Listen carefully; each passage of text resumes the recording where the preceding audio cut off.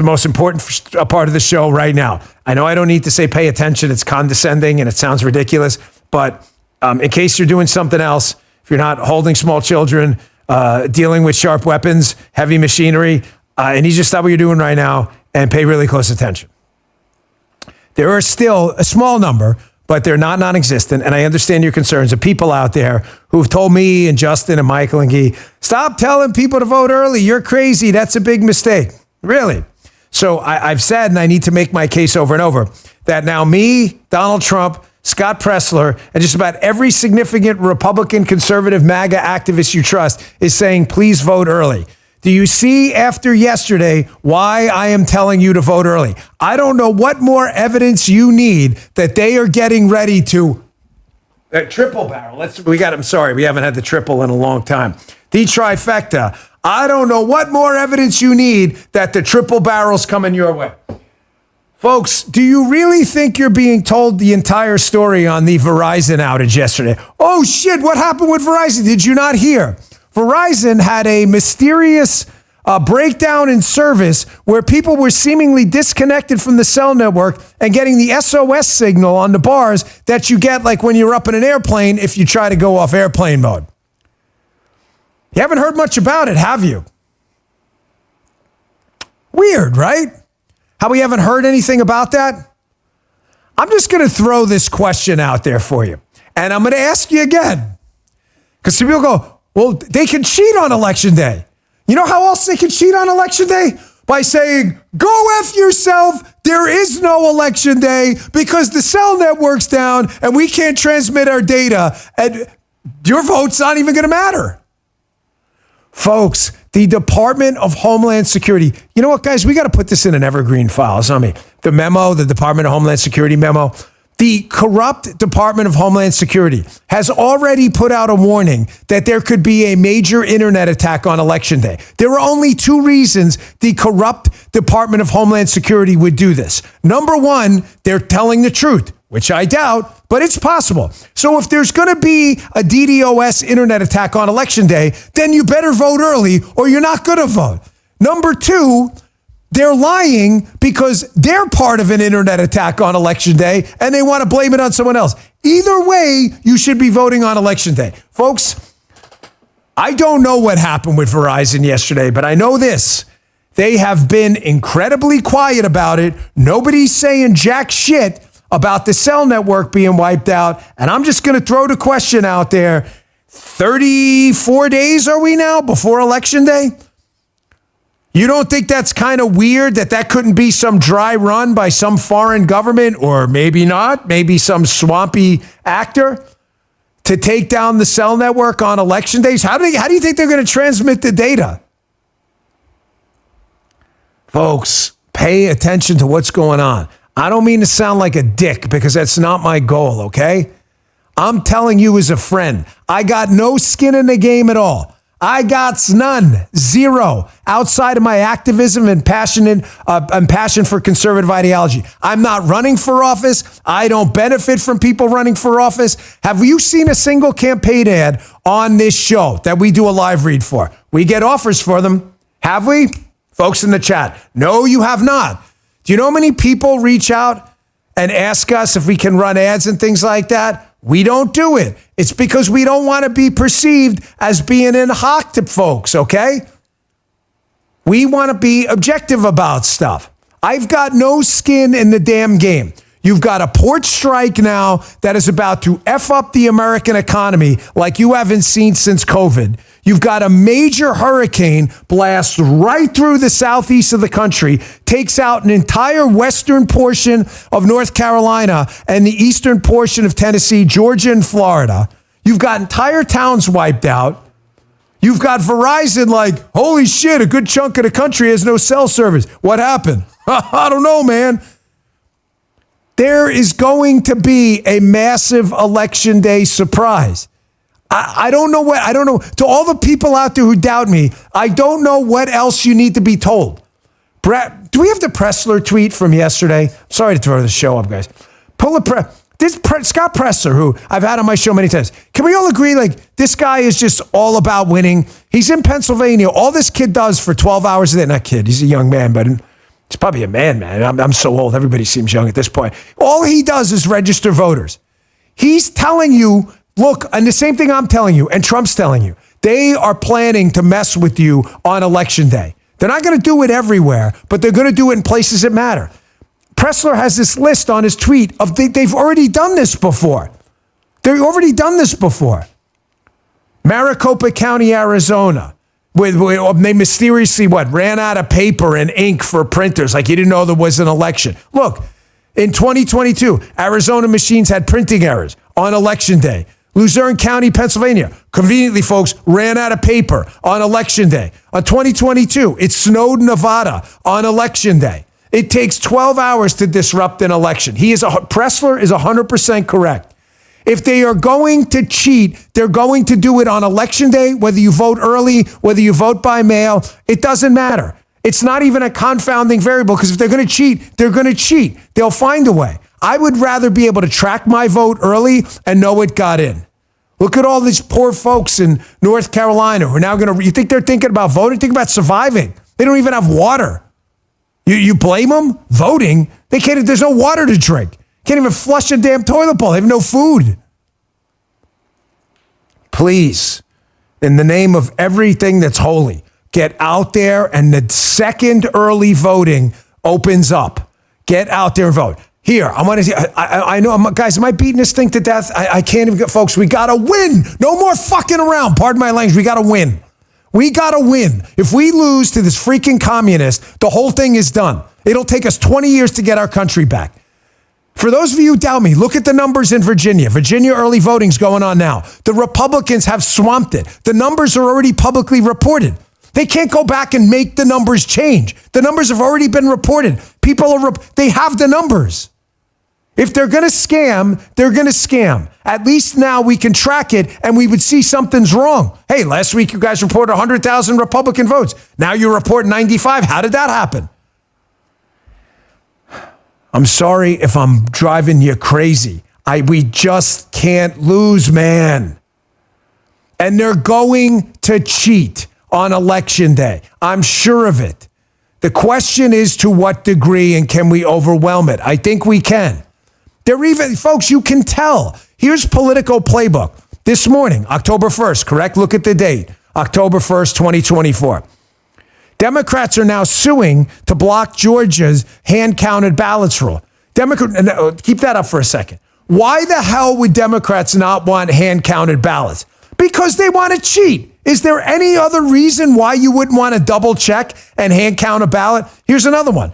In New Hampshire, the ACLU and other groups, obviously left-wingers, sued over a law requiring proof of citizenship to register to vote. Why would you sue over a law for citizenship to register? Because you want non-citizens to register. Is any of this outside of the Occam's razor, keep it simple, stupid razor? No, it isn't.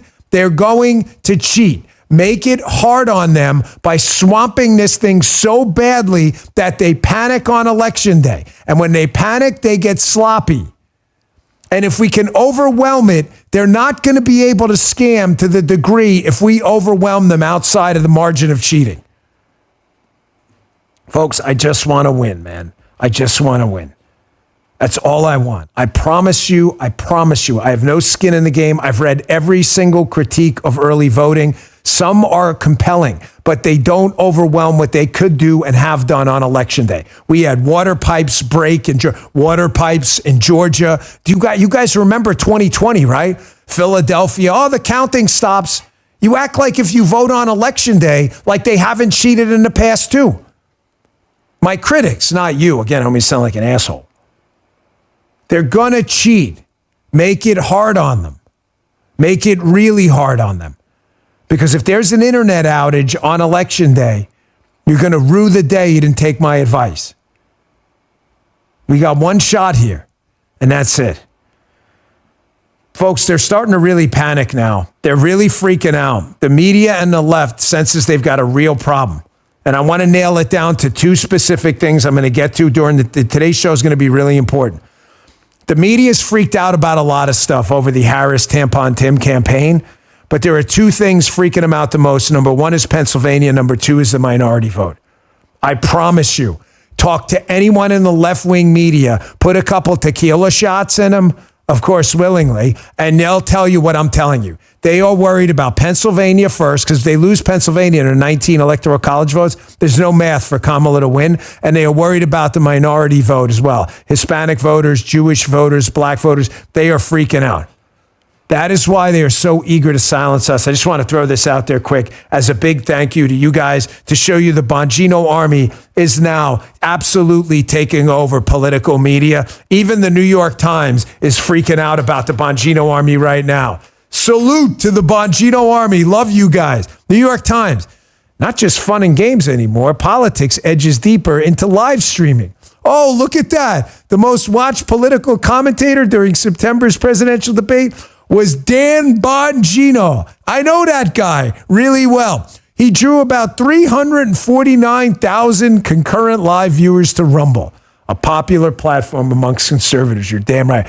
Notice this one, folks. How much it must have killed the New York Times to have to write this. More people watch Bongino stream the debate on Rumble than watch the Wall Street Journal, Fox News, C-SPAN, or CNN stream the debate on their own YouTube channels. Holy shit! We have just taken over, brothers and sisters. The Bongino army is real. Billion-dollar media companies can't keep up with my...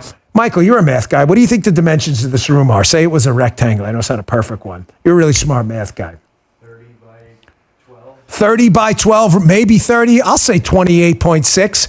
This is the room. You're seeing about 20 by 2 of it right there. That's the whole room. The studio will be moving in soon, but that's the whole room. Billion-dollar companies cannot keep up with us. They are freaking out because we own the joint now. Now yous can't leave. If you've ever seen a Bronx Tale, now yous can't leave. Yous. We run the joint now. We run the joint now. Yes. Justin's like, you're ever going to get to the actual show you gave us? I will. We haven't even got to the opening of the show yet. This is a new opening. Now you know, by the way. Now you know what? The most devastating story of the election cycle, by far, is border czar Kamala Harris overseeing 13,000 illegals in the United States who are convicted murderers, 15,000 sex offenders, and 400,000 criminal convicts in the United States illegally, while border czar Kamala Harris is still in charge. It is by far the most destructive story of the news cycle. It is outside of transgender surgeries for prisoners paid for by taxpayer dollars, which Kamala Harris supports.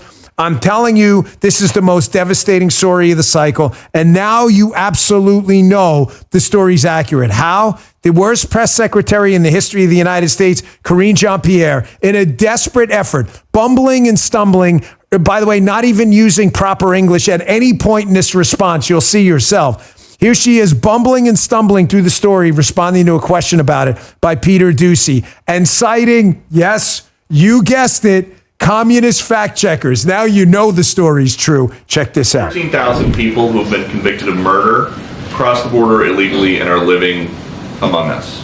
So how much danger are U.S. communities in right now because of this? I'm assuming you're talking about the ICE data? Yes. So just a couple of things, and I think it's important to correct the record here. First of all, the false representation of the data ICE shared. So that was what we are seeing, false representation. I got to call that out. We got to call that out. And it's been fact-checked by some of your colleagues here, by multiple outlets that has been debunked on what has been falsely misrepresented here. So we have to call that out.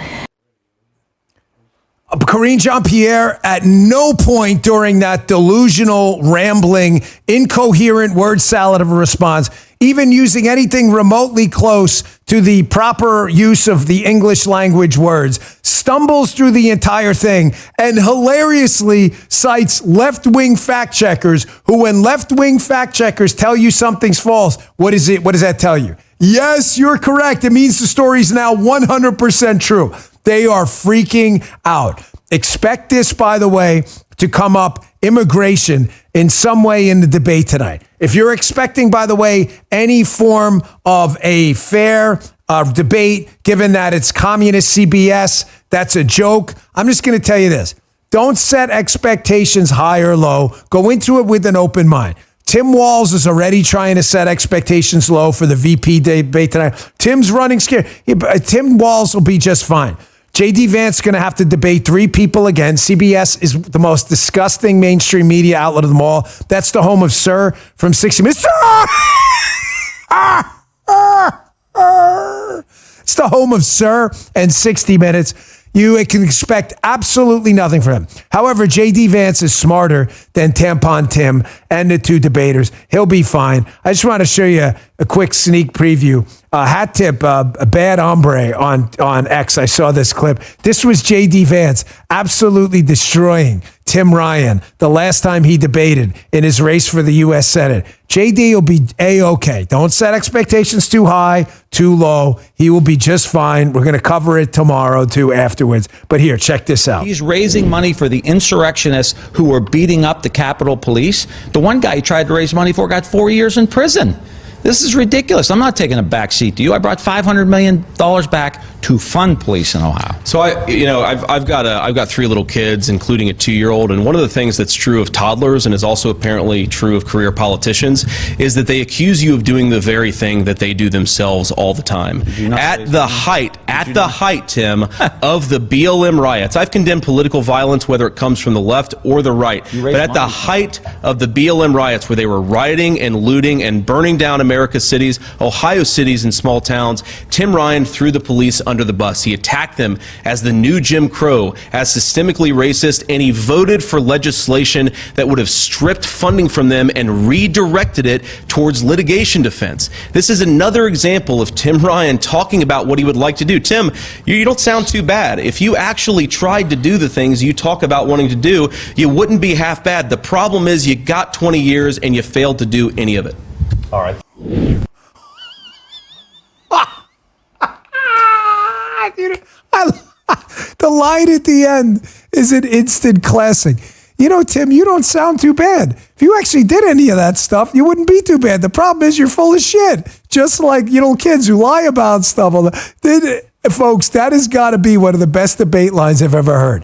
JD is going to be fine. I will have the highlights tomorrow. We're not going to be doing live coverage tonight because we've got a busy planning schedule coming up. We've got the October 9th live stream at 9:30 a.m. Eastern time with Donald Trump. It's going to be the biggest live stream event of the year. We've also got election night. We'll be making an announcement about election night, what we'll be doing after the Trump interview on October 9th on live stream.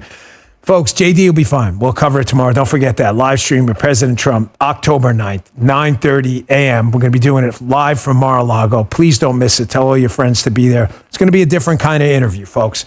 It's that time of the election cycle. We got to start doing different stuff. We can't ask the same questions over and over again. Everybody does that. All right, here's what I'm going to get to next. I'm going to lay out for you in advance exactly what's going to happen in this debate tonight. Tim Walz, I've been told, has been given explicit instructions. You don't need to win this debate. Just don't lose it. And he has been told to follow the Kamala Harris strategy, which is what? Anyone in the chat? Yes, you are correct. How do I know that? Because I can read your minds, kind of. Don't say shit. Do not answer anything. I got the receipts coming up for you next because I say stuff, I back it up, unlike Kamala Harris. Hey, many Americans are tired and frustrated by a stalling economy, inflation, endless wars, and the relentless assault on our values. Thankfully, there's companies like Patriot Mobile that still believe in America and our rights. I'm proud to partner with Patriot Mobile, have for years. Why? Because we're on the front lines, fighting for our rights, our military, our veterans, fighting for life, Second Amendment. Take a stand for conservative causes. Put America first and switch to Patriot Mobile today. You get the same nationwide coverage as the big providers. You know why? Patriot Mobile operates across all 3 major networks. They back their service with a coverage guarantee. Their 100% U.S.-based customer service team will find the best plan for your needs. Keep your number. Keep your phone or upgrade. Go to patriotmobile.com/Dan or call 972-PATRIOT. Right now, get a free month when you sign up and use the offer code Dan. Don't be fooled by other providers pretending to share your values or have the same coverage. They don't and they can't. So join me and switch to America's only Christian conservative mobile provider, Patriot Mobile. Go to patriotmobile.com/Dan or call 972-PATRIOT for your free month of service today. Thanks, Patriot Mobile. Here's what I'm talking about. The instructions have gone out. Trust your boy Dan. There's a reason we're number one in live streaming. There's a reason we're your home for conservative news right now. And the reason is we never bullshit you and we always back it up. Explicit instructions have gone out to Kamala Harris and Walz from their focus groups and their campaign teams. Do not say anything of substance at all. Because if you tell the American people who you are and what you want to do, they will be repulsed. Sex changes for prisoners, government takeover of healthcare, evaporation of private insurance plans. None of this is going to go over well. So they've been told to shut up. Here's what I mean. Here's Kamala Harris walking on the plane yesterday, right? Comrade Kamala is in the middle of this huge crisis. She is the vice president while portions of the country have drowned. Hundreds of people are missing. Over 100 are dead. There are communities wiped out in critical states for our country, for our national identity. You think she'd have something to say about it? She gave some scripted bullshit over at FEMA office. She read off a paper and walked away. Here she is answering questions. No, guys, that's the one she answers questions. It's the wrong one. You could. Wait. This isn't the way. It's the way. Listen, you can't really work without a good staff. The staff is clearly incompetent. I just said to you the one. Now, Justin's informing me that. Oh, this is okay. Justin's saying this is definitely the one you sent. I'm sorry, folks. She didn't answer. Right. She waved. She should have just given everyone the middle finger like Tim Walz did in Michigan. There she is up on the plane. Got the glasses on. Don't bother asking me about the hundreds of people missing in the entire. There she is again. One more time. You sure on this? This is the 5th time on loop. Maybe wait. Let it go, woman. The next time she'll answer the question. This is just. These are all different. These are all different. This is not actually a loop. This is the one from yesterday. Here we go. Just stop. Okay, she's still flipping everyone off, giving you essentially the middle finger, walking up onto Air Force Two. There you go. She had the opportunity to show some leadership. Again, we were told by the left-wing media after Katrina that optics mattered, correct? That George W. Bush was Satan, was like the devil, had 666 in his scalp, and his middle name was Damien. Because George W. Bush, despite what the Democrat governor and mayor of New Orleans didn't do to help their own citizens, that George W. Bush, well, I'm no Bush guy either, but George W. Bush, I think you know that, was the only one responsible. And the optics were bad. He flew over and he looked down. She didn't even fly over. She got on a plane and pretended to... Hold on a sec. This could be... this is great. Hold on. Don't even go. If you're missing this, tune into Rumble. So you're wondering what all this crap is in here. It's a bunch of stuff we have from here. Wait, here we go. Eventually this will come out. Yes. Look at this. I got it. Let's be Kamala Harris. You guys down for this? Let me take this out for a second. For sure. Okay. Here's Kamala. Here's Kamala. Hello? Just pretend you're talking to someone. Oh, Governor, it's so good to talk to you. What's going on down there? Well, we have hundreds of people missing. We have hundreds. There's been a massive flood down here. There's a huge crisis. Towns have been wiped out. That's you talking, Kamala. That's not the governor. Just pretend. Okay. Kamala, we took the picture. Hold on. Did you plug the thing? Wait, Kamala, that may be an iPhone. It's just the wrong plug. This is Kamala Harris. This is who she is. She doesn't even have the freaking thing plugged in. Hello, Governor. Hello. There it is. There's the picture right there. Ladies and gentlemen, I'm talking to Kamala Harris, just like she's talking to the governor. Hey, Madam Vice President, you think it would be a good idea as the second most powerful executive in the country to maybe do a little bit more than fake a phone call and write on an empty... Here's the writing. You want to do this? Again, she's writing on an empty piece of paper. Here, let me do Kamala Harris. I'm going to take some notes, folks. Here we go. Here. The things aren't even plugged in. Want to see my notes? Here you go. It says notes. There's my notes. That's... I thought about it, believe me. That's what you do at 4:30 when you want to go home. That's Kamala Harris. There you go. There's your vice president, folks. That's right. That's what you do at 4:30 when you want to go home. You're right. That's Kamala Harris. I mean, we were told optics matter. Plug the freaking headphones in next time, Madam Vice President, and maybe stop and answer a question and stop pretending you're talking to people on the phone. It's why also she won't give a freaking answer about anything and answers every question she's asked with I was raised in a middle-class family. She was not raised in a middle-class family, folks. By the way, this drawer is a mess. You got to see this thing. You probably wonder what the hell. We got extra things here. My daughter gave me this thing. Extra things here. These are some nitroglycerin tablets or nitro. These are some oil-absorbing sheets for your face.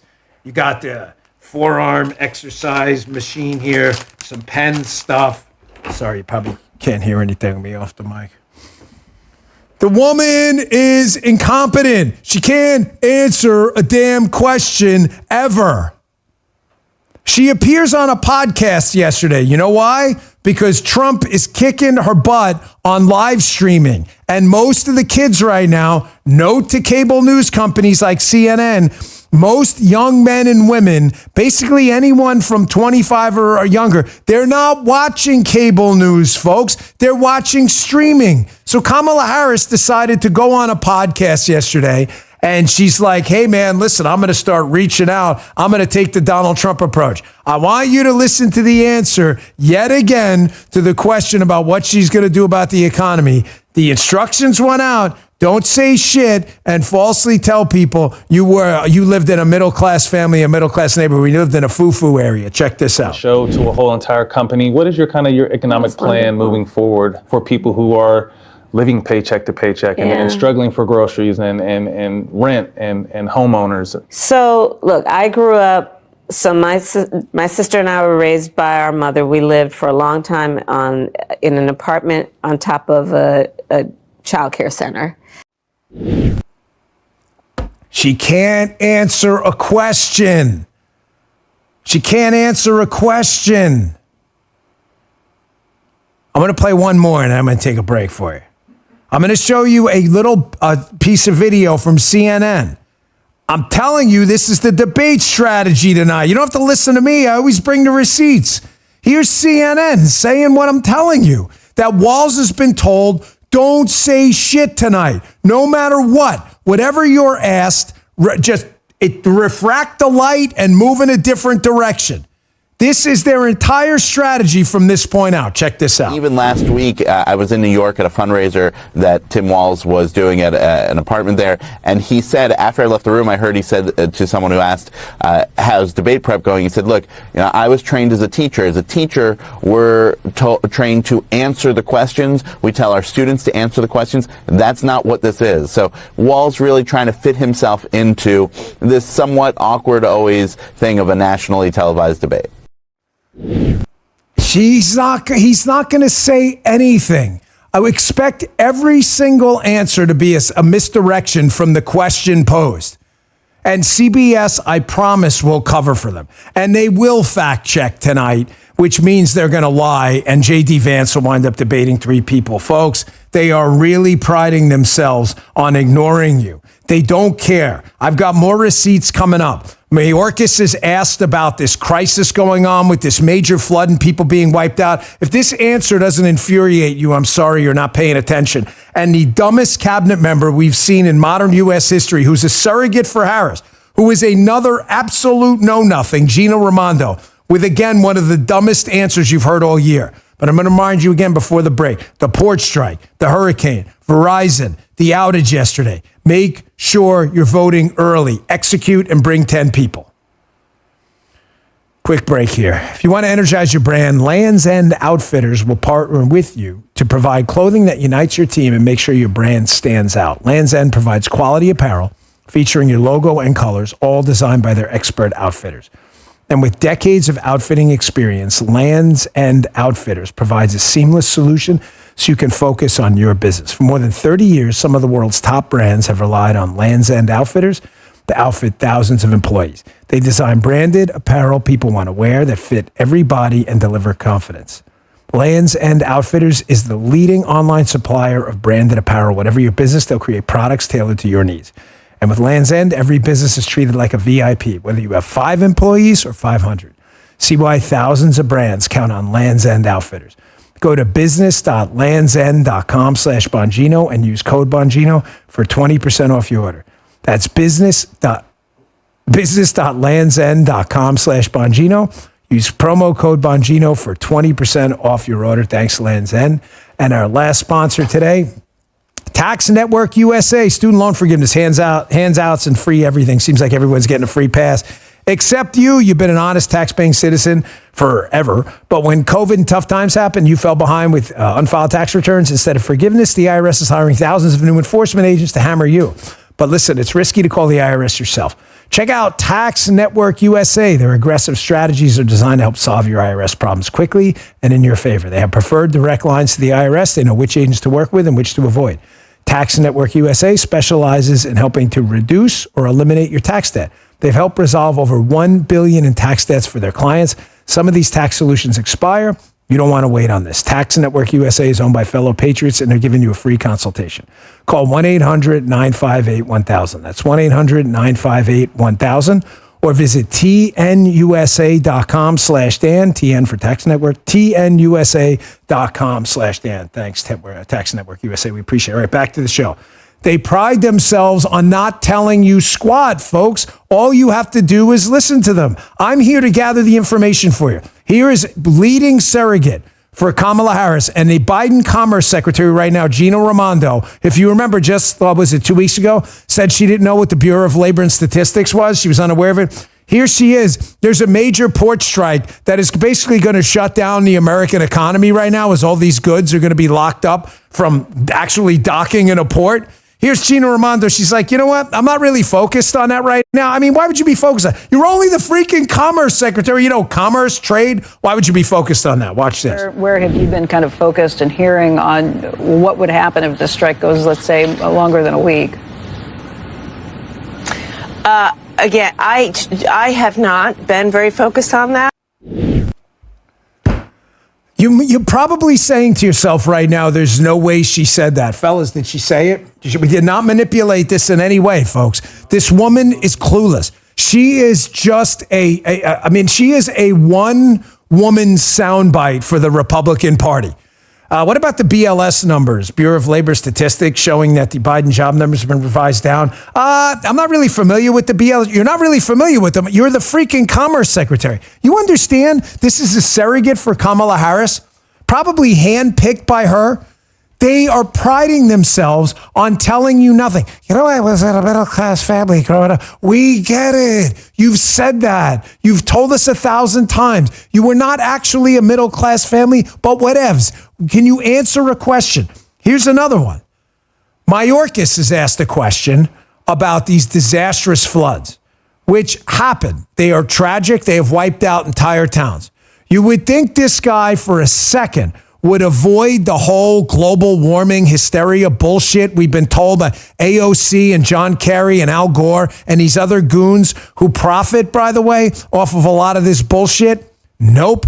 Here's Mayorkas. I want you to listen to the end of this. Given the opportunity to answer the question as to why his government sucks so bad at getting people help over there, pivots immediately to the global warming hoax. Check this out. Is this a systemic problem? Is this something that is going to be more and more normal as we see more and more devastating storms? What do you say to people who are desperate to find out whether people they love are still alive? I well understand the concerns expressed. These are people in the midst of a tragic hurricane.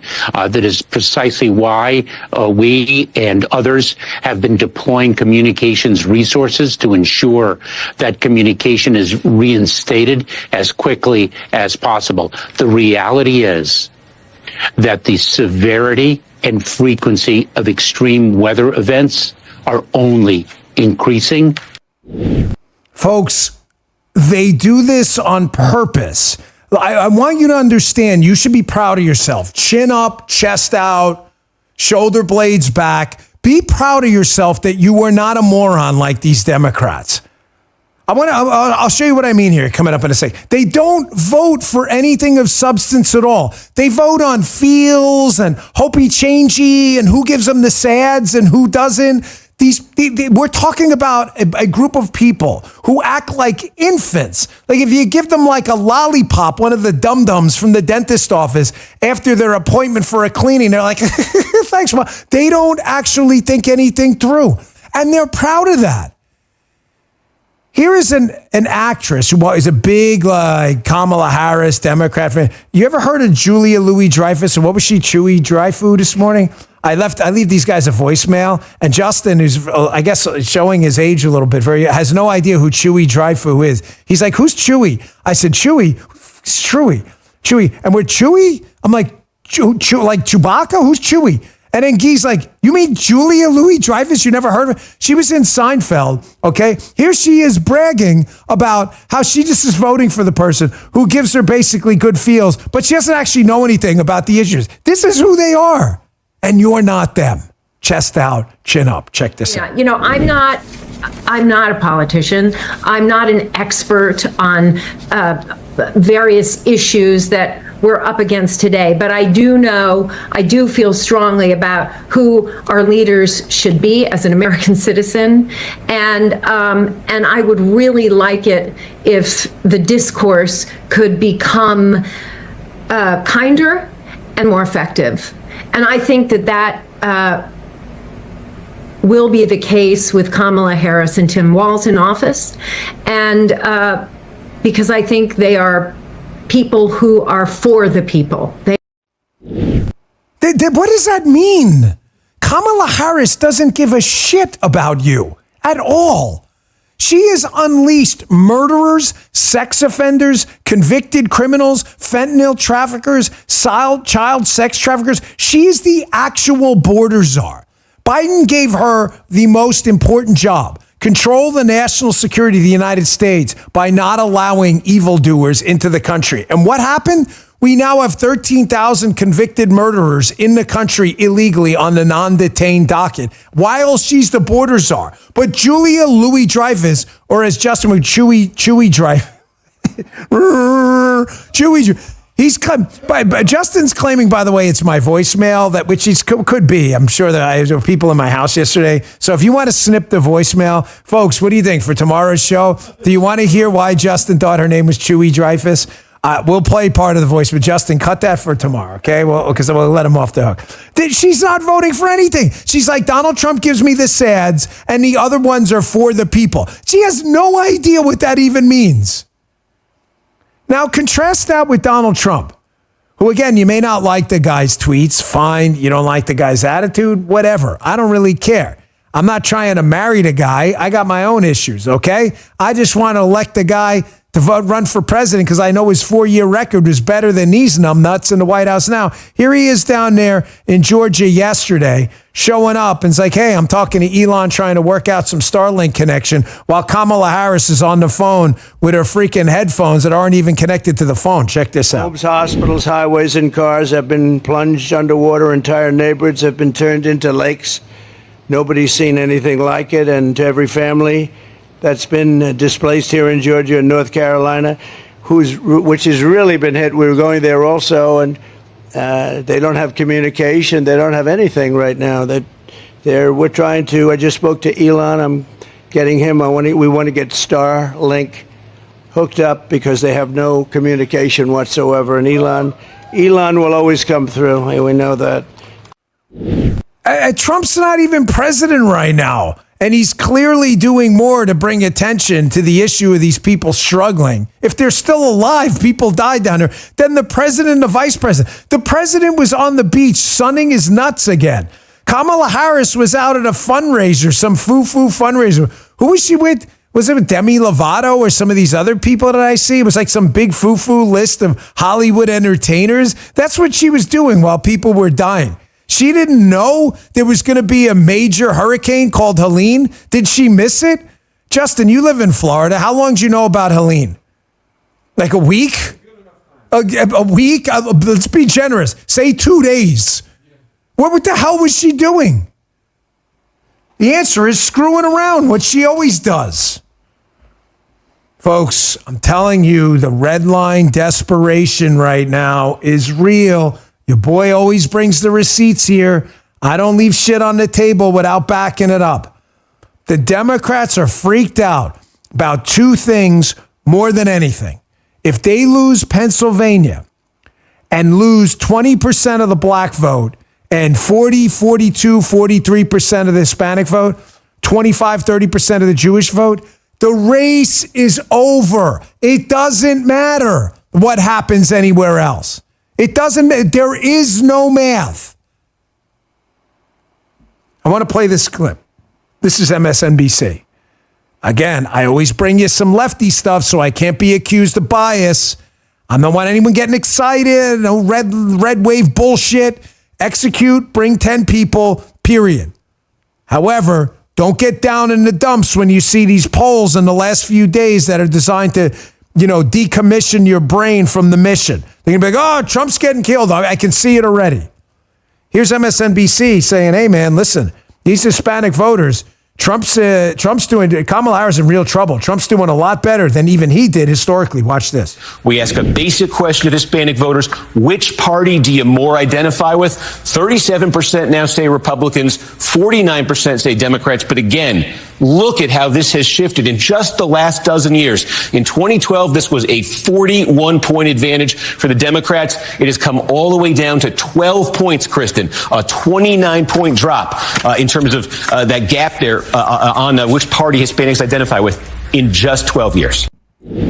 Folks, that's a catastrophe. That is an apocalyptic math problem. There is no way they are going to make that up with suburban moms. There's just no way.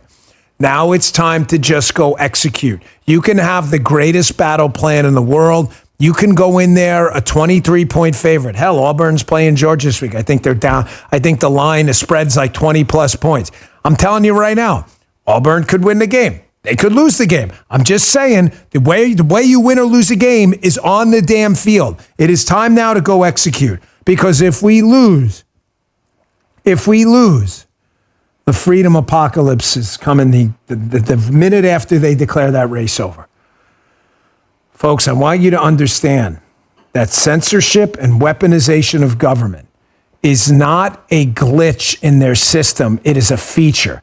They are now bragging openly about eliminating the First Amendment. I never in my life thought I would see things like this, where two Democrat nominees for the presidency of the United States, one a former First Lady, one a United States Senator, a wealthy guy, and the Democrat nominee for president, John Kerry, where they would openly discuss attacking using the weaponization of government and eliminating the First Amendment as an obstacle to their censorship dreams. They are doing it openly. If they win, your freedoms are gone. And let me tell you something.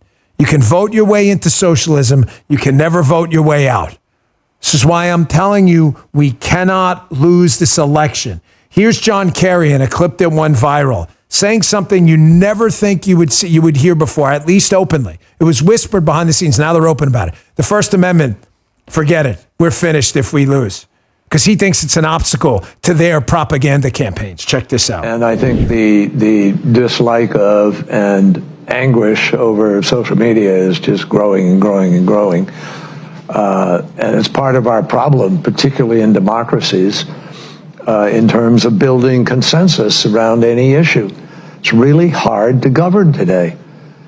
You can't, there's the referees we used to have to determine what's a fact and what isn't a fact are kind of, been eviscerated to a certain degree. And people self-select where they go for their news or for their information. And then you just get into a vicious cycle. So it's really, really hard, much harder to build consensus today than at any time in the 45, 50 years I've been involved in this.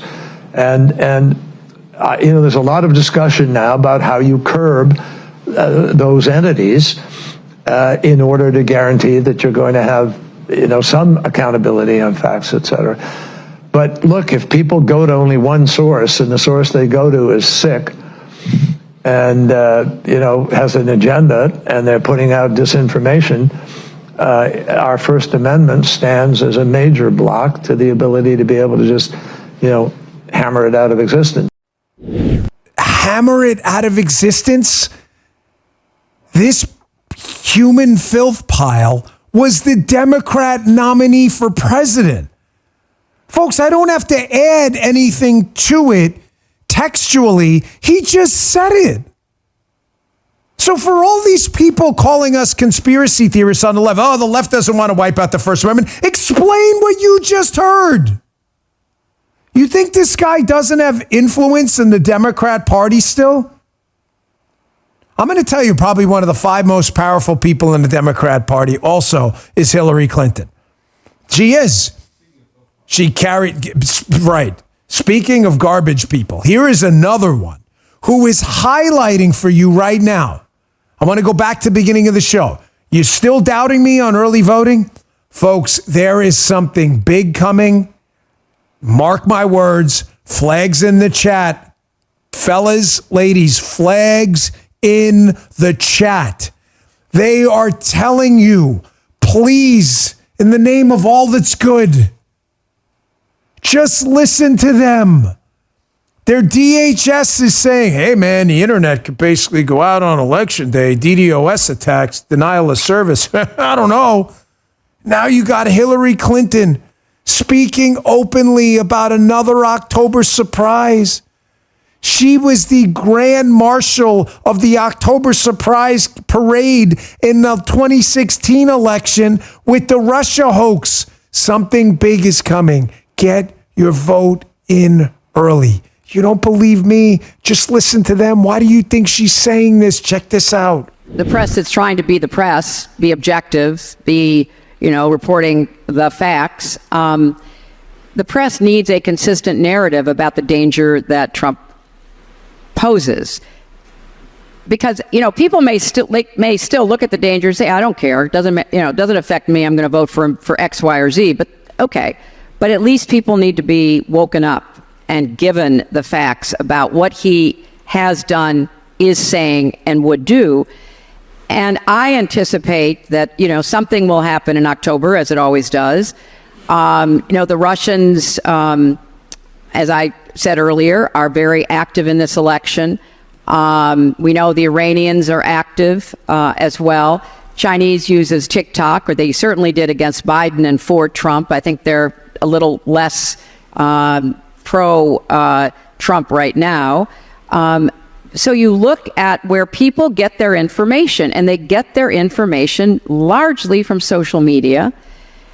And so the campaign is doing the best job it can to combat that, combat both domestic and foreign false disinformation.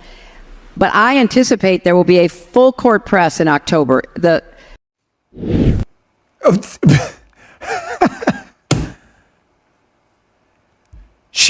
Folks, she's just, for those of you out there, who in the chat, a quick poll, Bongino on the case. Who in the chat trusts Hillary Clinton? I'm going to guess the answer is overwhelmingly no, with a big N in the chat. Okay, no one, unless you misconstrued the question. Hillary Clinton is a garbage person. She will do anything she can for her own personal aggrandizement or power. She has tremendous influence in the Democrat Party.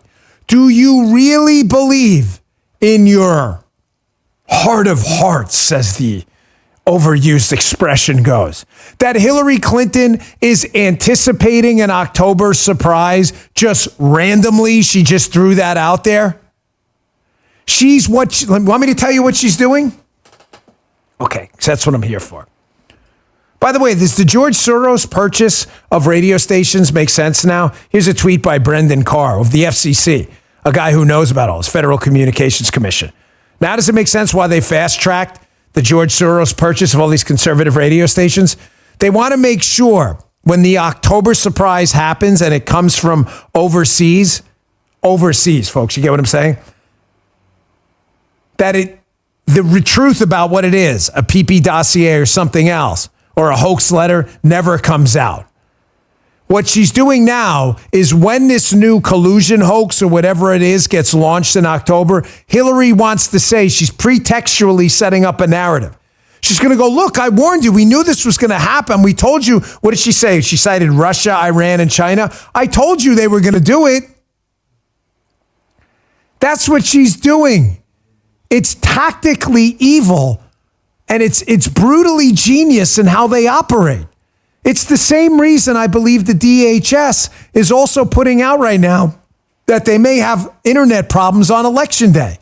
That way, when problems happen, they can go, hey, man, look, we already warned you guys.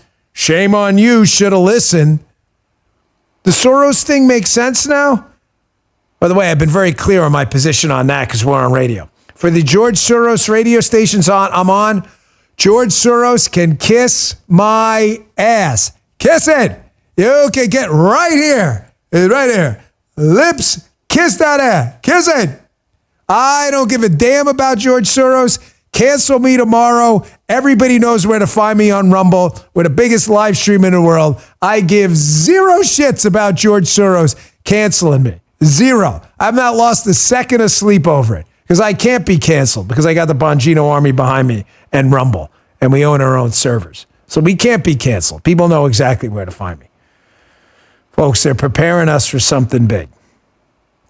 I want to tell you something else, too, because I'm getting this from very reliable sources. And I'm talking about sources with no political axe to grind whatsoever. If anything, they are ferociously loyal to President Trump. I'm telling you that with the purest of hearts and with absolute candor. Folks, this Trump-Iran threat is real. I don't care what other people are telling you. I don't, because I can't. You just have to trust me on this. I can only say so much. The Trump-Iran threat is real.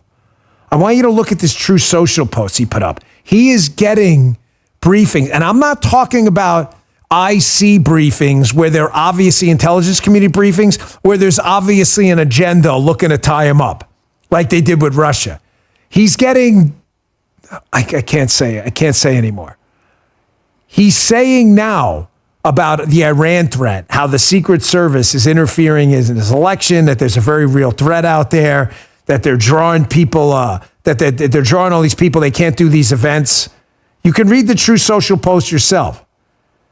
But he's clearly indicated that people he trusts and people I trust have told him the Iran threat is real.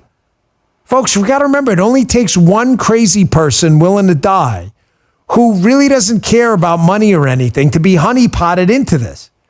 Now, again, if you think all of us are crazy, fine. The show's not for you. You can move on. I'm not offended. You think Don Jr. is crazy too? It's his dad. Here's Don Jr., who, why you wouldn't trust him, I don't know, on Maria Bartiromo's show, because there are trusted people, if you know what I mean, briefing him too, that this shit is real. Check this out. Because you've gotten information from the FBI that Iran not just wants to take down President Trump, but his family as well. There is a direct threat on you and your brother. Is this correct?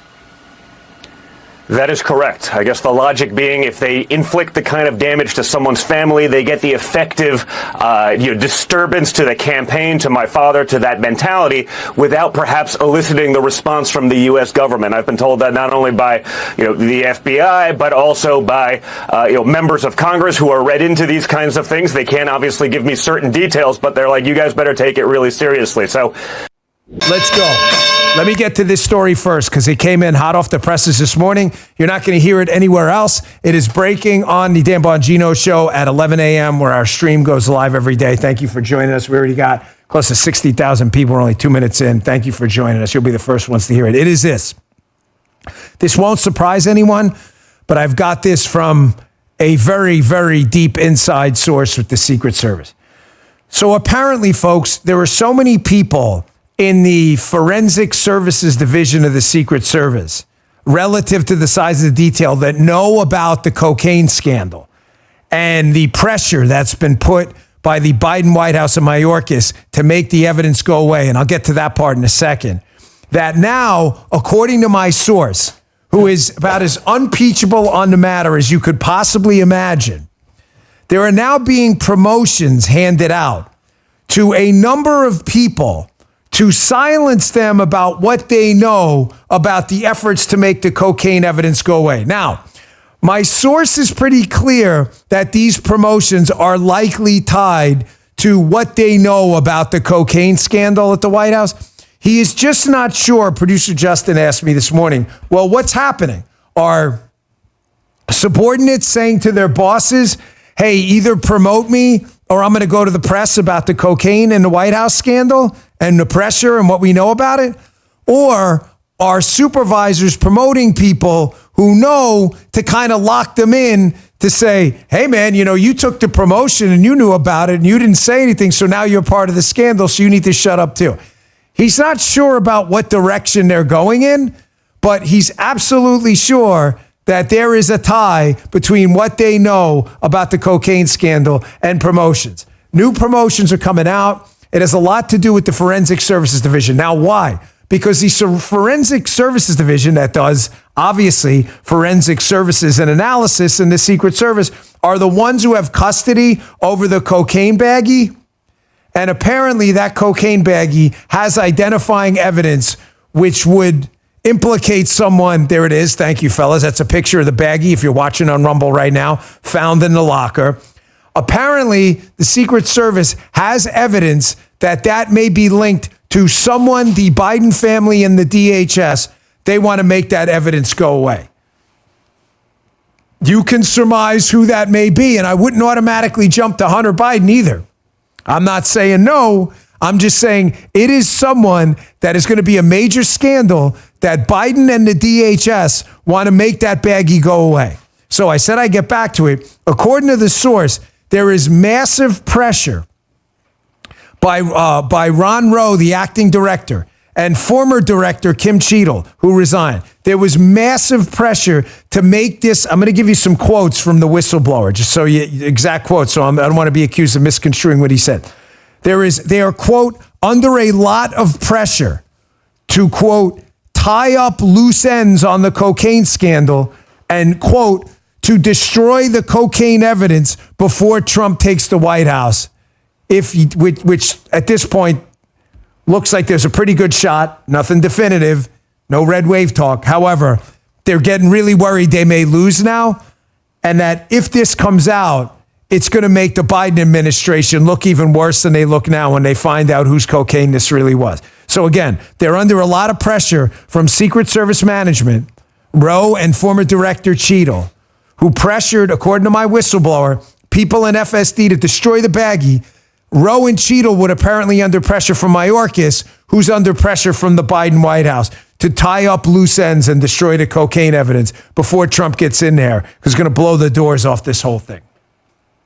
Folks, just when you thought the corruption in the Biden White House between Ukraine Gate, the Moscow mayor story, the Rosemont Seneca, the Privat Bank story, the pressuring of Ukrainians to fire people to hide evidence of Hunter Biden family malfeasance, the Chinese Communist Party connections, the Kamala Harris scandals that have happened over and over and over again.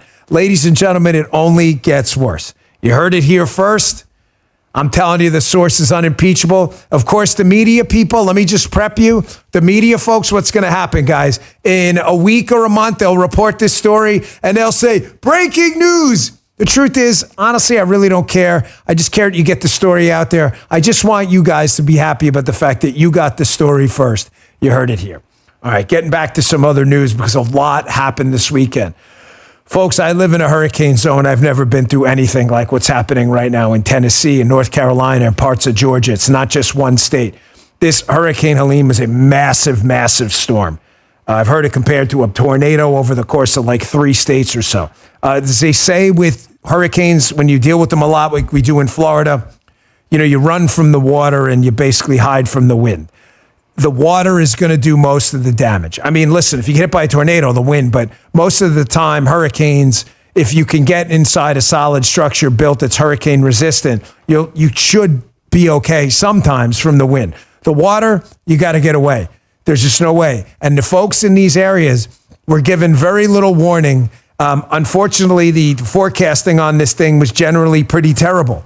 Florida got more warning than anywhere else. And because they're in areas not typically hit by hurricanes, they were just destroyed. Entire places are going to be wiped off the map. You've seen what happened in Asheville. You see Georgia, portions of Tennessee. It has been really ugly. I want you to listen to this quick TikTok video. I don't know this guy. I'm not sure if he's a creator or just a citizen on TikTok, but this went viral this weekend. He's talking about how things are apocalyptic over there. It's about 50 seconds or so. And he's talking about how there are people in there who are just, unfortunately, folks, there's always a small segment of society that are just evil demons. That aid trucks are coming in. They're slashing the tires on some of the aid trucks. Some people, they just want to see the world burn, as they said in that Batman movie about Bane. I mean, they wrote about Joker. They just want to see the world burn. And apparently we got some of those down there. Check this out. So update right now, the biggest problem after Hurricane Helene is just you're not able to move. Some of my friends just try to go to Tennessee. The roads are completely blocked off. You're not getting out. We're trapped in. There's a lot of looters. Please stay safe. Stay inside. If you have a weapon, keep it on you, because there are people intentionally sabotaging stuff. So over on I-40, there was some truckers coming in with supplies and medical stuff trying to help us. They started at a truck stop to get some rest. When they woke up, their tires were slashed. Nothing was stolen, just tires were slashed. The same thing is happening all over the place. People are intentionally just vandalizing stuff, not stealing, just vandalizing. And then there's looting happening in all the stores. I'll come back with an update in about 5 or 6 hours. Everyone stay safe. Folks, listen, this is a tragedy, and obviously the power of prayer is real. These people are going to need it right now for the strength. This is not just an obstacle in their life. This is a life-changing event for them. They've lost their homes. They've lost their businesses. Now, unfortunately, folks, I'm in no way putting myself in their shoes, but having lost a home in a house fire that burned everything down, I don't have anything before the age of when it happened when I was 18, 19. I don't own anything except a pair of Doc Marten boots. It all burned. All the pictures I have, everything I have are from other people in my family. Unfortunately, although I've never been in a devastating event like this, it was our house. It obviously wasn't the whole town. It's when I lived in Wantagh with my aunt and uncle. Imagine losing your house, but then having no neighbors. Like, the neighbors helped us. The neighbors came by with clothes and food, and they put a trailer on our lawn, and we were generally fine for a while. You live, you get through it. Imagine that, and then the whole town is wiped out. You need insulin, you need antibiotics, your father's sick and needs oxygen. Can you imagine this? The level of tragedy here is hard for everyone to grasp. It's one more reason. Please be prepared. You never know when disaster can strike. Keep emergency food. Keep your firearms. Make sure you have ammunition, food, water purification. It's just a disaster. So really, the power of prayer is real. Pray for them. Pray for them to have the strength to get through this. Folks, like I said, it's a busy news weekend, and my apologies in advance from transitioning around all these stories, but I've got a lot to get to, and we're in the middle of an intense campaign. The election is here. It's not coming. It's here. People are voting. A lot of people are voting. I would suspect at this point, millions of people have probably already voted in early voting. It's going on right now. We have to analyze this campaign, because if we lose, the failed Biden administration that can't handle a natural disaster, can't handle the Israel, what's going on in the Middle East crisis, can't handle Ukraine, can't handle the economy, can't handle the border. This devastating human being, his vice president is even more incompetent and dumber than he is running for president. The weekend was awful for them. Campaigns are pictures and sound bites. That's it, folks. That's it. If you think it's anything else, you are wrong. There was a quote I saw on Fox this morning. I was watching the 9 o'clock show, and some guy said in the newspaper, he's one hike in gas prices away from changing his vote. If you think there aren't people out there that are still impressionable, you're crazy. They are the people seeing the snapshots and the sound bites. So this happened this weekend. Donald Trump goes to the Alabama-Georgia game. They put him up on the screen in Bama, and you can hear for yourself what happened. Fist in the air.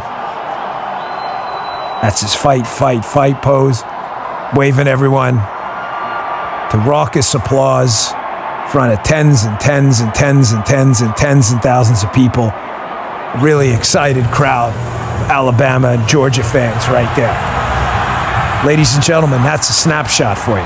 That's a soundbite for you. That's what people see. People are busy. People are not reading white papers every single day. They're going to freaking work. We're not liberals who don't have jobs and are in the basement while, playing silly putty and watching reruns of Teletubbies. Conservatives freaking go to work, okay? We're not bums like liberals, okay? Now, contrast that with Tampon Tim Walz, who has got to be the single weirdest guy who has ever run for office. I'll show you the gesticulations coming up in a minute. Well, I don't know what this guy's doing. I don't know what he's doing. Was he being injected with some kind of drug before he got off the plane? But here he is. This is the weirdest thing. He's at the Michigan-Minnesota game, and someone told me he was cheering for Michigan. He's the governor of Minnesota.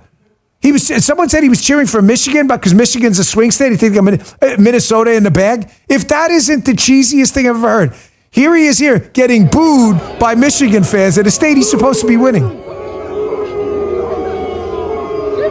Take it all in.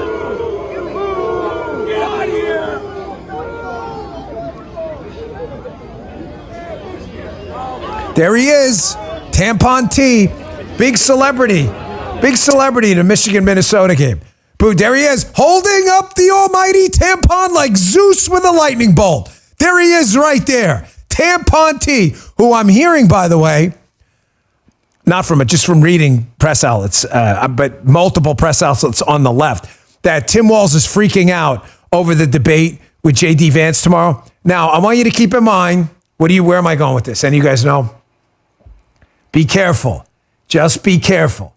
When the left is reporting on Tim Walz is freaking out. There he is. There he is, the almighty holder of the tampon. Tampon Tim. Tampon T is back. So he got a big T like Superman's got an S on his chest? I wonder that. Be careful with don't spread these rumors around. Oh, Tampon Tim is so afraid of J.D. Vance. If it's in the left-wing media, what is it? Yes, some of you have pointed out. This is probably an op. Tim Walz will likely be fine in the debate. The VP debates very rarely change anything. I don't want anyone to freak out. J.D. Vance is a great debater. Don't get ahead of yourself and set the standard so low that if Walz even shows up, again, this is the left-wing media reporting it. I'm just asking you to be careful. Now, I said to you snapshots and sound bites. You've seen the snapshots. So Tim Walz giving people the middle finger at the Michigan-Minnesota game, the crowd erupting for President Trump at the Bama-Georgia game. By the way, the kids love President Trump. I know a lot about Auburn, the campus in Auburn. Rough weekend for us, college football. Man, we got to get it together. But that being said, I'm on that campus a good amount of time. The kids there, especially the men, Justin, can you vouch for me? There's like the young male college kids in any SEC school are like, what would you say, 75% Trump, if not more? It's unbelievable. I never seen anything like it. You used to go on a college campus when I was a kid, and everybody was all for Bill Clinton. He was like the cool cat. Now it's like Trump's the cool cat, and everything has changed. But it's not just the snapshots, the pictures, man. That's one portion of my campaign theory. It's snapshots and it's sound bites. Here's Donald Trump again, winning the weekend. Of course, the left jumped all over him when he said this, but he's absolutely right. And this may be the quote of the campaign so far. I'm pretty sure this was extemporaneous and off the cuff. Check this out. She let in, and that's not even mentioning the rapists, the gang members, the drug dealers, the child predators, and the traffickers in women, mostly women. Joe Biden became mentally impaired. Kamala was born that way. You know, that was just totally off the cuff. So we got the story on Friday. Unfortunately, it broke after I got off the air with the podcast. Of course, it would have been the big story. Folks, the biggest story of the campaign so far is that there are 13,000 convicted murderers in the country. That's a fact. Where they are, if they're in local custody, running around, not detained, it matters. But what matters more is they're in the country. The Biden team's like, well, they've been here, some of them for more than 10 years. That's not the point, jackass. You and Kamala Harris, the border czar, have been in charge for 4 years. There's 13,000 convicted murderers in the country, and you haven't rid the country of them yet? That's the freaking point. 15,000 convicted sex offenders, 400,000 convicted criminals. And what is the Biden-Harris administration doing? They're expanding the non-detained docket. In other words, the number of people who have convicted crimes that aren't detained. This is a monster story.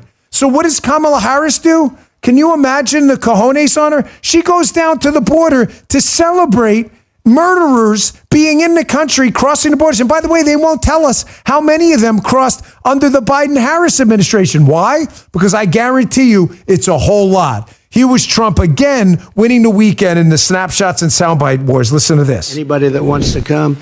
So we have travel warnings. Don't go here, don't go there, don't go to the various countries. And yet she's taken in the worst of those people. The killers, the jailbirds, all of the worst of the people, she's taking them in. And then I have to sit there and listen to her bullshit last night. Folks, I'm sorry, but this is how you win campaigns. This is how you win campaigns. I get it. Someone's going to be like, oh, we don't need the hostile language. That's fine. I understand. I get it. I try. It's hard for me. I try sometimes to control it. Sometimes it just comes out. It's the Queens in me, whatever. He's from Queens, too. I think that's what we have in common. This was bullshit. What she said at the border was total bullshit. They have opened up the border to a historic, that's a fact, a historic number of people who've entered here illegally. There is a damn good chance that of those 13,000 convicted murderers and 15,000 convicted sex offenders, that a huge chunk of them entered under the Biden-Harris regime while she was the border czar. It is the biggest story right now in the campaign. Think about it. Can you imagine 13,000? How many counties are even in the United States? Can you look that up, Justin? I mean, think about it. What is this? A murderer per how many counties in the United States? I mean, can someone do the math on that? I mean, you understand how devastating of a figure this is? Convicted criminals, 400,000. How many are we allocating per county? Is there a ratio?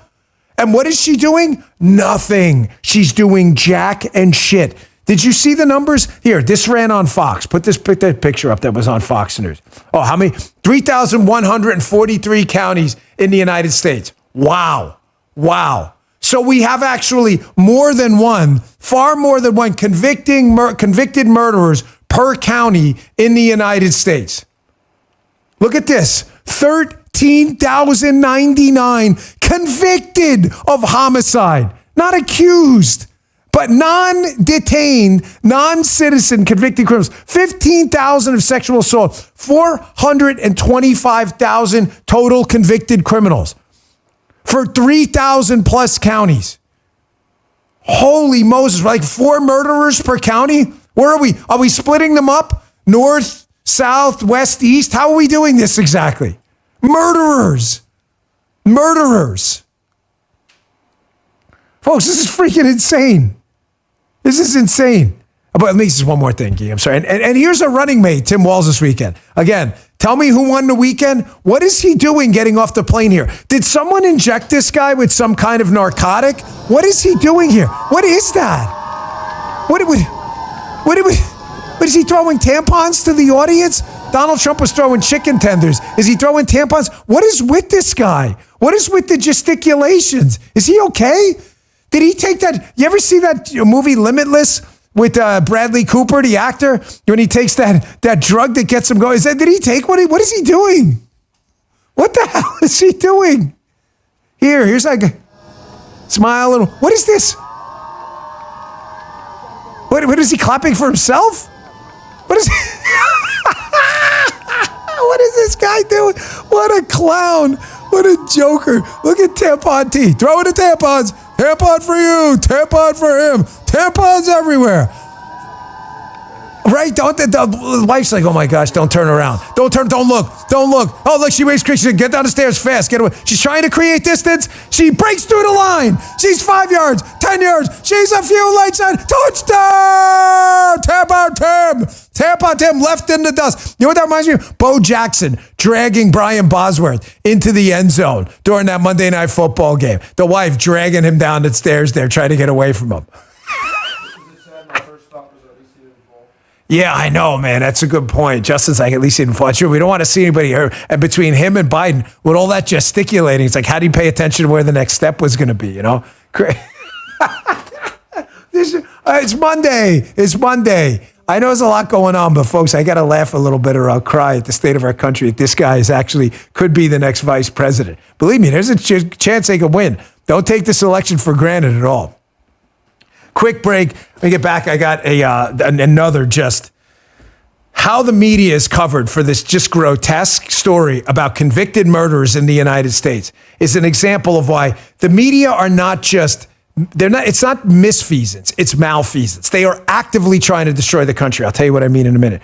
Hey, with the tax hikes proposed by Harris, a stunning 40% top income tax rate proposal, 7% increase to the corporate tax, a capital gains tax on unrealized gains, and some studies showing that she's proposing policies that could add almost $2 trillion to a current $2 trillion deficit over the next 10 years. You might be thinking, it's time to make more of my savings tax sheltered and inflation sheltered too. That's why I trust the good people at Birch Gold Group to help you. They help me. Birch Gold will assist you in converting an existing IRA or 401k into an IRA in gold. And the best news, you don't pay a penny out of pocket. Just text the word Dan to 989898. Get a free info kit on gold. There's no obligation. Just information on how you could fortify your savings before the crazy really hits. With an A+ rating with the Better Business Bureau and thousands of happy customers, you can trust Birch Gold too. Text Dan to the number 989898 for your free info kit today. Message and data rates apply. Folks, this illegal immigration story, the fact that the Biden-Harris administration is lording over a country right now that has over 13,000 convicted murderers and 15,000 sex offenders in the country illegally, and the Biden-Harris administration is apparently doing nothing about it.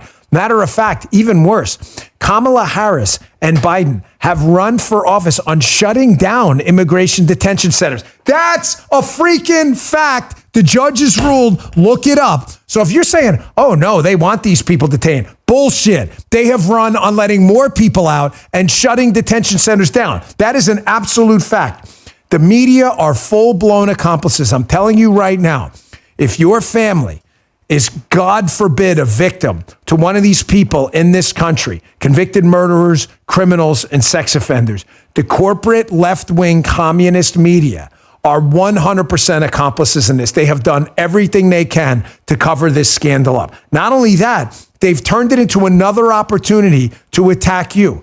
Here is the gold medal winner in our dopey media talking head Olympics. The absolute worst media commentator out there with not a single shred of morality, decency, or brains. We're still looking for the person who she says hacked her homophobic blog. She says it wasn't her. She says she's got the FBI on it. The disgusting Joy Reid, a moron of absolutely epic proportions. A woman so stupid she could only have a show on MSNBC. Here is Joy Reid actually blaming you after they found out about this devastating immigration crisis. Check this out. Most of us here today, unless you are indigenous American, come from a family of immigrants. And yet, there's always been resistance by the old immigrants to the new people. There was the Know Nothing Party of the 1850s, the America First Nazi Curious movement in the 1930s, and now we have Donald Trump, who has decided to make fear-mongering about immigration the center of his entire campaign, with fascistic rhetoric like promising the largest mass deportation operation in history and promising it would be a bloody story. And just to remind you, as we talk about this, border crossings are actually down to the lowest levels in 4 years. Violent crimes also way down across the country. And everything you hear on right-wing media to suggest otherwise is a lie. I love how she does this absolutely hapless imbecile. How she throws out things she really doesn't understand because she's too freaking stupid, and then says whatever you hear from people who know what they're talking about, you're lying. The border numbers are down for a reason. Do you know why? By the way, that's after they let in 8 million people, more than double, who came in under Donald Trump. And by the way, probably another 4 to 10 million we don't know about. Why are the numbers down? Moron Joy Reid won't tell you this, and yet here are the facts which this dumbass will never tell you. It's because the Biden team is now flying people into the country through the CBP One app. Flying people, like airlifts into the country of illegals who were not vetted, who are, the vetting process is a joke. That's why. Why are they not crossing the border? Because they're flying over it, you dumbass. And this is after they let in 8 million and probably another 4 to 10 million more.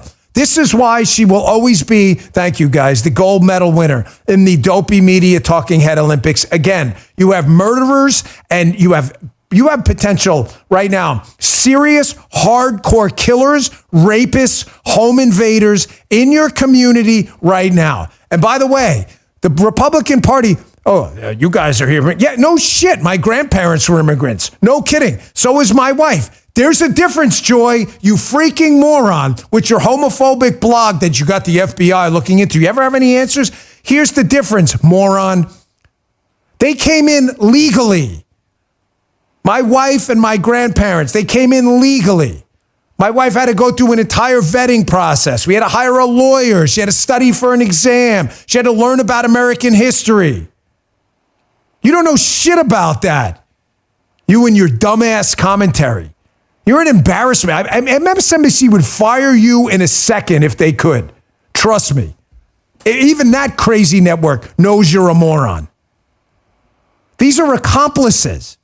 You've got the border czar running for office. And instead of Joy Reid going, hey, we should ask the border czar. We should hey, there are 13,000 murders in the country. Are we doing anything about it? She's still the border czar, folks. She hasn't been replaced. No, her response is to attack you because she's an imbecile and a piece of garbage. And she always has been. And she's an accomplice to all of this because she's hiding it. By the way, you won't see these clips on Joy Reid's show, but I'm going to play them for you. Remember when Kamala Harris had the ICE director when she was a senator up on Capitol Hill? Remember when she had him up there and she had her turn to question him? And she thought it was a good idea to compare ICE to the Ku Klux Klan? Ku Klux Klan. You don't believe me?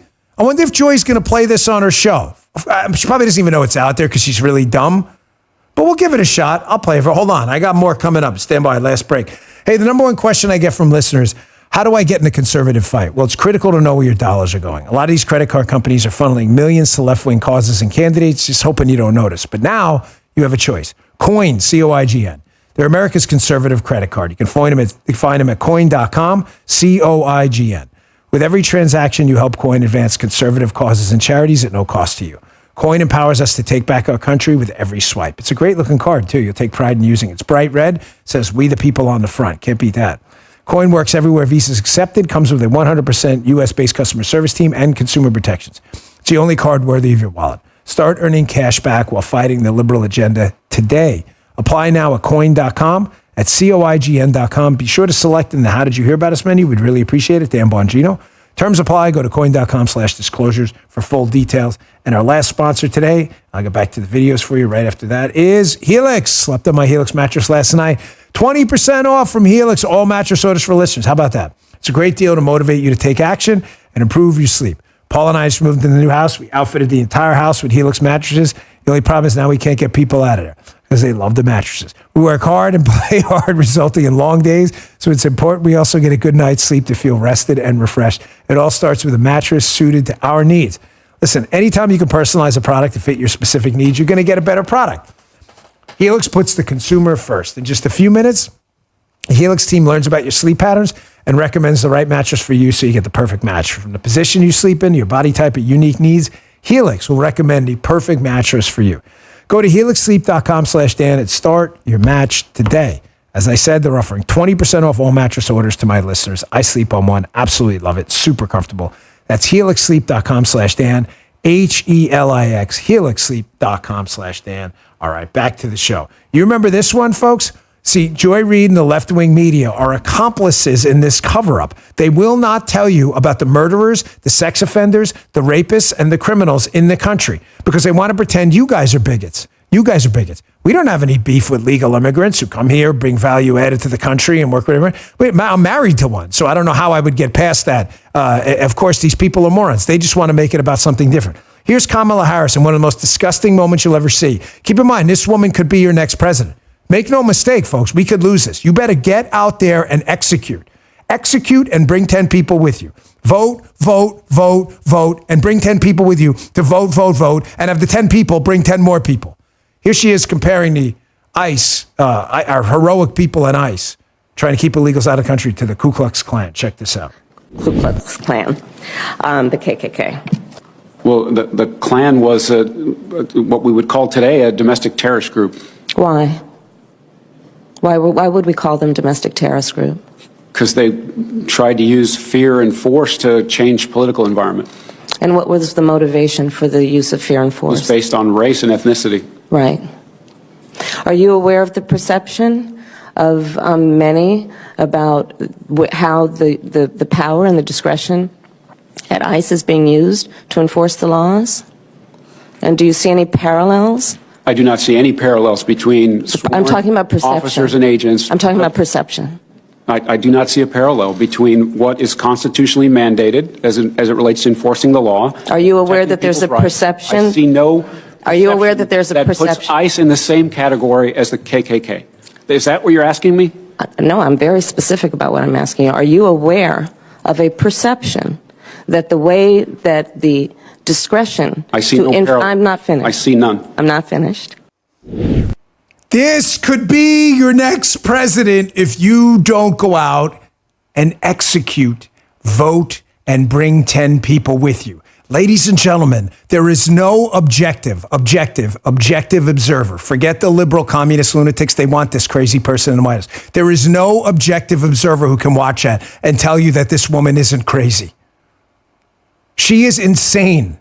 That she had the gall to say that in front of the entire country, comparing ICE, trying to keep people breaking the law, who we now know 13,000 murderers have done so. If ICE was allowed to do their job, maybe we wouldn't have those 13,000 murderers in the country. But Kamala Harris blames ICE for trying to keep the murderers out. And it implies here that they're like the Ku Klux Klan. This is who these people are, folks. You want more of this? Martha's Vineyard. Remember the residents of Martha's Vineyard waving to goodbye, illegals. Goodbye. It was nice to see you. Don't use our bathrooms, eat our food, drink from our water fountains or anything. But I hope you enjoy the military. Oh, it was so lovely to have you here for a cup of coffee, but only in paper cups. You're not allowed to use our fine china. Remember that? Remember that? You want more of that? You want? Is your Ku Klux Klan lady? Here's the other guy who made her the border czar. Here's Joe Biden of the Biden-Harris administration. What's the Harris part? You guys know who that is? Oh, Kamala Harris. I didn't know. I thought it was Joe Harris. I thought it was Kamala. Here is Biden bragging to a reporter who's like, hey, you guys stopped all these Trump policies at the border. The ones that were actually working, that shut the border down. And here's Biden bragging about it. Like, yeah, I don't regret any of that. This is all pretty awesome. Here, check this out. You bear responsibility for everything that's happening at the border now. I hear you talking a lot about the past administration. You decided to roll back some of those policies. Did you move too quickly to roll back what? I'm sorry? Policies. Did you move too quickly to roll back some of the executive orders of your predecessor? Rolling back the policies of separating children from their mothers, I make no apology for that. Rolling back the policies of remain in Mexico, sitting on the edge of the Rio Grande in a muddy circumstance with not enough to eat, I make no apologies for that. You know, the easiest part about putting this show together is there's no need to do what Joy Reid does and make things up and then accuse the left of lying about it, like she accuses the right of lying about actual facts she's incapable of understanding. The easiest part about putting this show together is you just have to go to clips of Joe Biden. You don't have to do anything else. Dan, how do you know Joe Biden stopped the policies of Donald Trump at the border that were so effective? They had cut illegal border crossings to near historic lows because he freaking said it and bragged about it. Here's the cut. Dan, it's not like Kamala Harris ever compared ICE to a terror group like the Ku Klux Klan. Let's play the video. Yeah, there it is. There it is, right there. There it is. It's not like Kamala Harris has ever called the border disaster, terrorists, killers, fentanyl, child traffickers, rapists, murderers coming across the border. It's not like she's ever called it a fiction. Damn, what? She did? She called it a fiction? Holy shit, do we actually have that? Yes, we do. Look at this. Check this out. We have a president of the United States who has created a fiction about a crisis at the border, and he has held up the United States government and its workers around his vanity project called a wall. I want to remind you of something. Listen to me. Zone in, okay? Everyone, stop what you're doing. Unless you're driving, holding small children, sharp objects, or nasty chemicals. I saw a tweet last week, and it really impacted me deeply. I see a lot. I do a lot of show prep, so I read a lot. It's my job. It's part of the business. But this one really hit me. I don't know, it was a Fisher King guy, whoever it was, but I was reading it and it said, if we lose this election to Kamala Harris, that your kids will be writing memoirs about, what it was like to live in the United States in like the halcyon days before it collapsed. Because they'll watch the collapse in lifetime. Hit me hard, man, because it's absolutely true. You have a really serious problem here with Kamala Harris.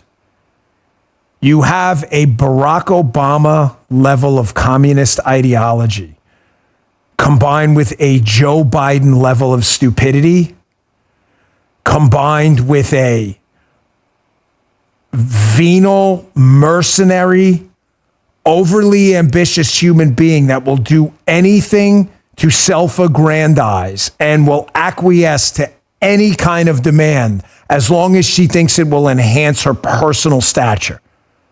This Kamala Harris is a unique collection of horribles we have not seen in a presidential candidate ever. Biden was bad, folks. Biden, I would argue, is worse than Obama. Obama was worse, way worse than Clinton. And Clinton was way worse than JFK. They have been getting progressively worse. Kamala Harris is the worst of all of them. Think about what I just told you.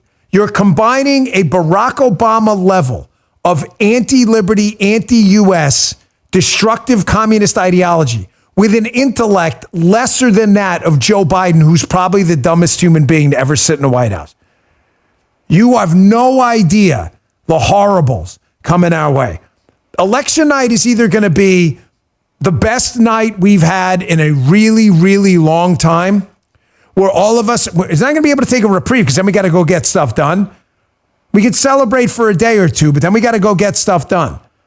I'm just telling you, if we lose that night, I'm not going anywhere. I'm not giving up. I'm not some wuss. I'm not like these wuss bag chump. Oh, man. I want it. Hollywood rhymes with. They're like, I'm leaving the United States. I'm not leaving the United States. It's my country. It's not yours. What are you, crazy? Leaving the United States. What are you, nuts? If we lose, I'm here. And you wussies, we'll call them. You can say that all you want. Go ahead. Beat it. We're better off without you. But I'm just telling you, if we lose, I'm honestly not sure we can fix this. Folks, this immigration story sums up everything. The radical left, that's about 80% of the Democrat Party now, would rather have murderers and rapists and drug dealers and burglars and home invaders preying on them and their families. They would rather have that than elect someone who would actually do something about it. That's where if you're like, no, we haven't reached that level of, no, we're here now. This is a segment from Gutfeld on The Five. You missed it last week. He absolutely nailed this story. At that angle specifically, that this is the problem in the United States right now. It's not that they're voting against their self-interest. It's that they're voting for things where these people could be actually killed. And they are still in this Kool-Aid-like cult where they can't break themselves of their allegiance to the D. Check this out. In the real world, she would be toast. And I don't like getting riled up for no reason because this story is so unbelievable. I wanted to see if it was reported elsewhere. couldn't find it on MSNBC, CNN, Drudge. You have the release of hundreds of thousands of foreign criminals, like they emptied the jails, raped thousands of rapists, thousands of murderers. And on the pages of all of these networks, the death of Maggie Smith, which is sad, great actress, Lana Del Rey's marriage, P. Diddy rumors, but nothing about what is easily one of the most big, probably the biggest crime story I've ever seen. So we know that Democrats watch this show. Some of them hate watching. But if you're watching this, the media doesn't want you to know this information. They don't want it to reach you. They would rather you die or be raped than Trump be right or find out the truth. So you can hate Fox all you want. You can hate Trump all you want. You can hate me.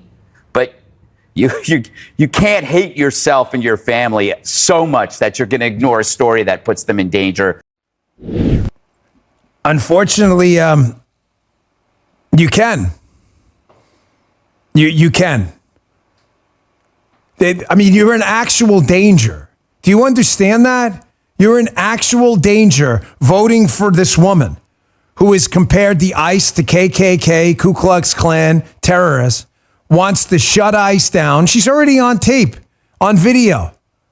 She says the border crisis is a fiction. She's been the border czar. We got 13,000 murderers in the country. You understand you're in actual danger because of this woman. Actual danger. Not to mention, world leaders are absolutely laughing at this cackling goofball.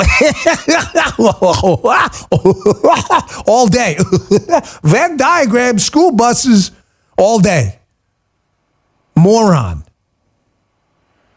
And then you got this other guy. I just wanted to show you this. This is what, it's unbelievable the country's come to this.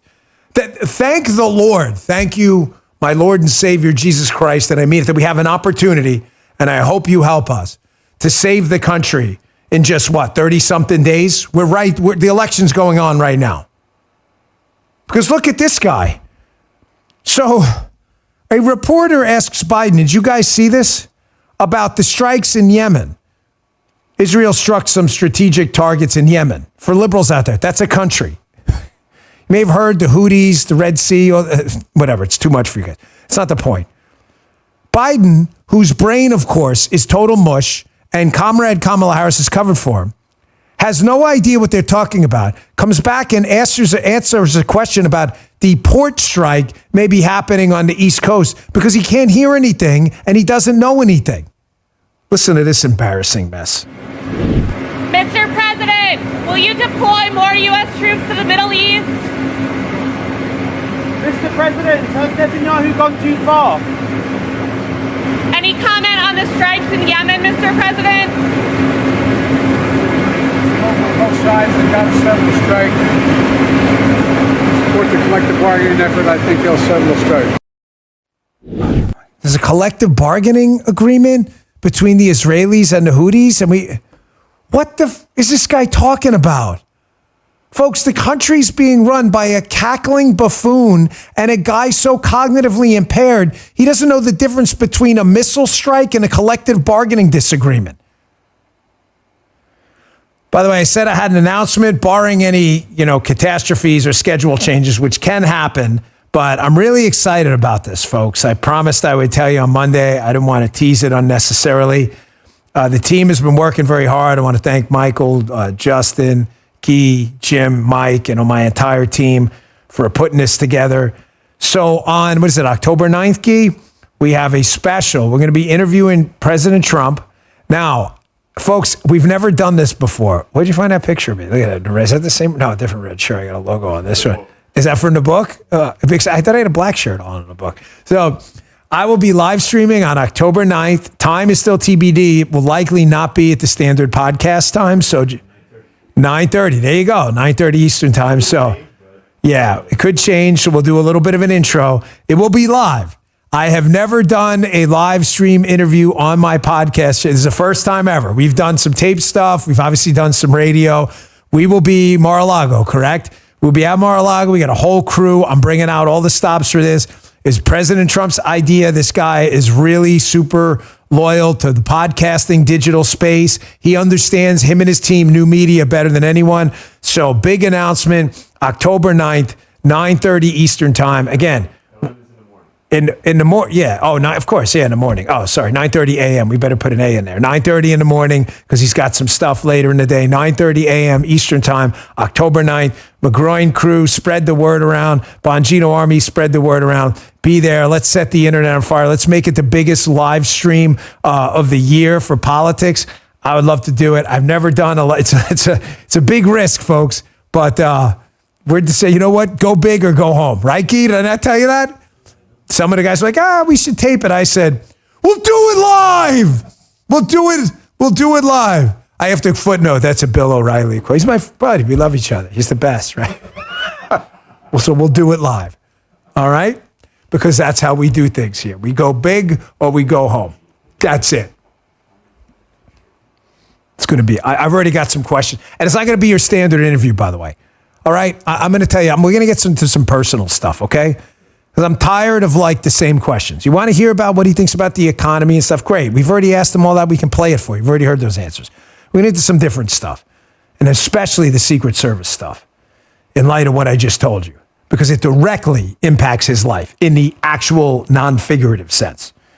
I want to give you, speaking of that, I want to give you some, that was an unintentional segue, but worked out perfectly. I want to give you some inside baseball about another little mini scandal that happened this weekend. So there's this food joint called Primanti Brothers. Have you heard about them? So apparently his place in Pennsylvania, J.D. Vance, who is Trump's VP pick, you know who he is, of course, was out campaigning, doing what J.D. does, shaking hands, saying hello to people. The guy's one of the best retail politicians you're ever going to see. Why? This is one of the reasons I supported J.D. Vance. We don't actually agree on everything economically, but I always thought J.D. Vance was the best candidate for us and for the party going forward.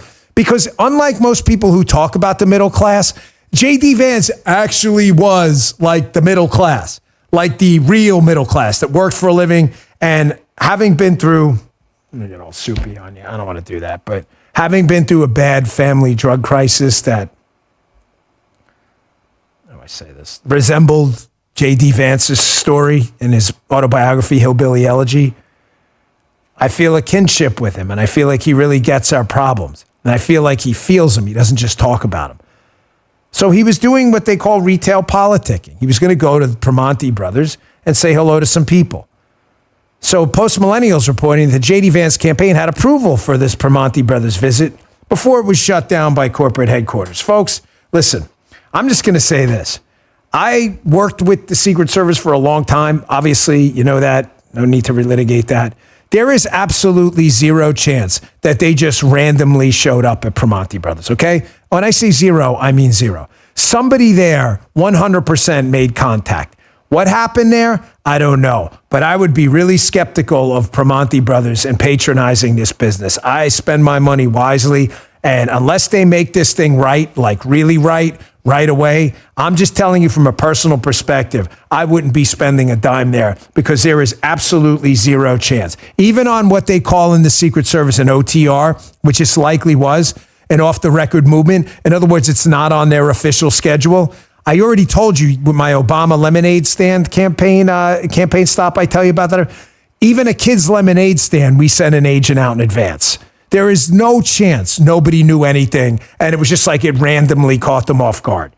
Somebody freaked out and didn't want him in there, and they should be really embarrassed. By the way, while we're on this topic of the Secret Service, Donald Trump finally,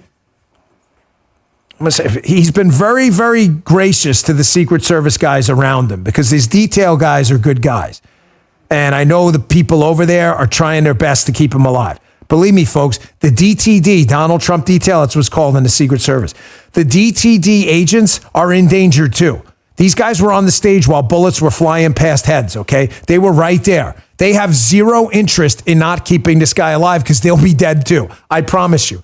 It is basically the corporate component of the Secret Service and headquarters that is messing this entire agency up. Donald Trump's been very, very hands-off with it until now. They're now interfering in his campaign.